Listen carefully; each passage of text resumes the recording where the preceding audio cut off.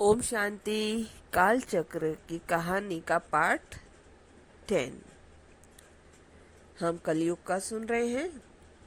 एक तो उसका अहंकार चरण सीमा पर था और दूसरा उसमें चरित्रहीनता या अनैतिकता थी।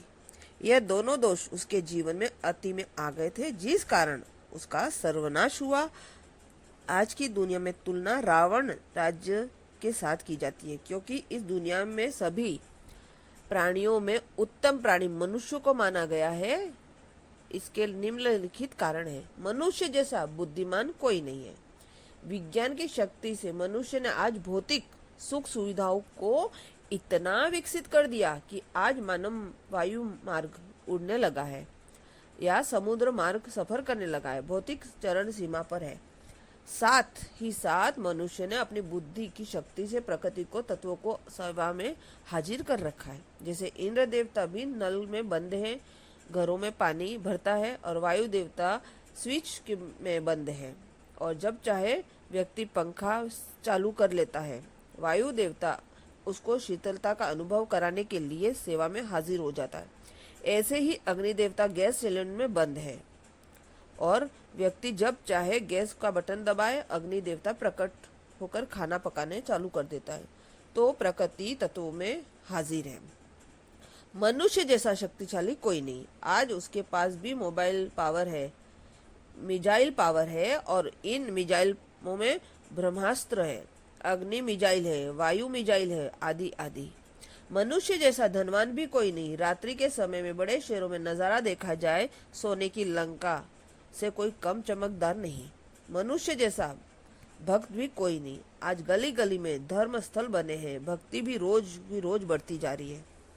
मनुष्य जीवन में अर्थ, बल, बुद्धि और भक्ति चारों उपलब्ध है, लेकिन आज युग में मनुष्य आत्माएं अपने ही सर्वनाश की ओर आगे बढ़ रही है, क्योंकि आज मनुष्य जीवन में दो कमजोरियां मुख्य हैं।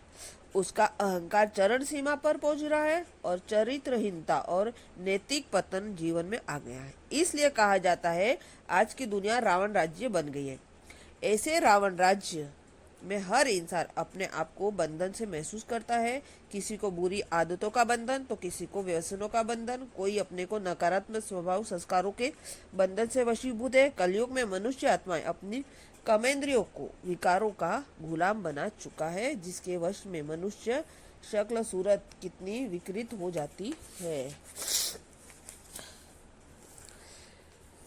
और वशीभूत व्यक्ति कितना नकारात्मक और हिंसक बन जा रहा है। आज के समय में मनुष्य अपनी वास्तविकता और परमपिता परमात्मा की वास्तविकता को भूल चुका है। परमात्मा का सत्य परिचय न होने के कारण परमात्मा कहाँ कहाँ ढूंढ रहा है। कभी अग्नि की पूजा, कभी वृक्षों की पूजा, कभी नदियों की पूजा, कभी जानवरों की पूजा। प्रकृति के 5 तत्वों में ईश्वर को ढूंढना आरंभ कर रहा है।